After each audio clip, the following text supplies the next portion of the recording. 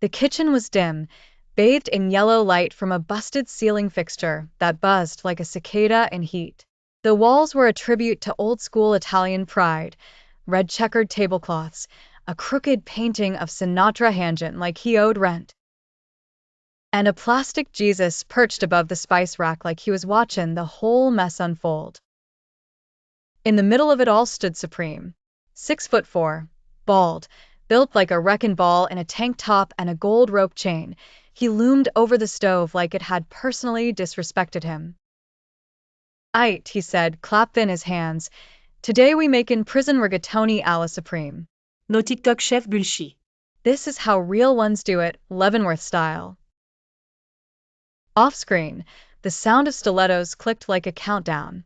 Enter Bambi Palermo. All Brooklyn sass and bombshell energy.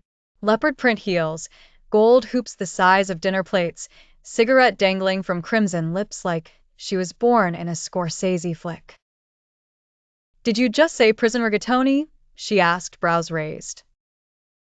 "You trying to feed us or give us PTSD?" Supreme didn't flinch. 5 years in Leavenworth. "I earned this recipe with blood, sweat, and ramen." "You sure it wasn't SpaghettiOs dressed up for Halloween?" Bambi fired back, leaning against the counter like she owned the whole borough. From the corner, a honeyed southern drawl floated through the air like molasses.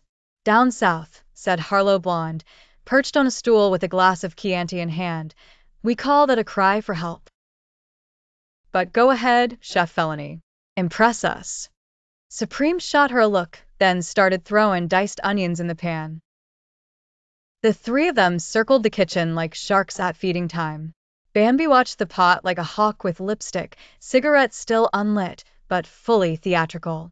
Harlow swirled her wine and smirked, the glint in her eyes saying she was about 2 seconds from setting the place on fire for fun. "You seasoning that?" Bambi asked, sniffing. "Or are we just pretending we're Italian today?" "I got salt, Pepper. garlic, crushed red. You think I'm some kind of savage?" Bambi raised a brow. "You once beat a guy with a can of beans in county. Don't talk to me about savage." "Sounds like love to me," Harlow purred. Then came the toast. Harlow raised her glass high. "To freedom, food, and fucking with fake wise guys on YouTube." "Amen," Bambi said, tapping her glass against hers. Supreme grunted. "Let's go." And then, like a ninja in heels, Bambi slipped a spoonful of ghost pepper sauce into the pot. The smell changed instantly. Supreme's face twisted. "Yo, why this smell like war?"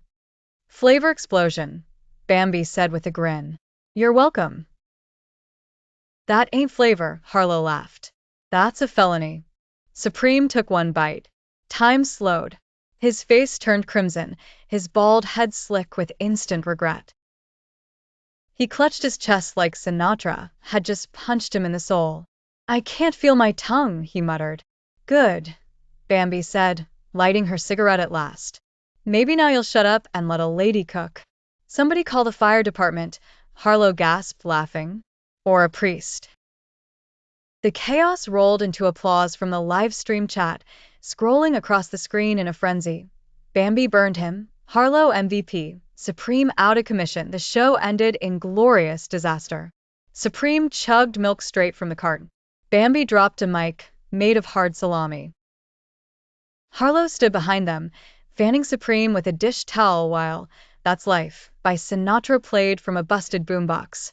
It wasn't a cooking show. It was a pizzaverse exorcism. And the people loved it.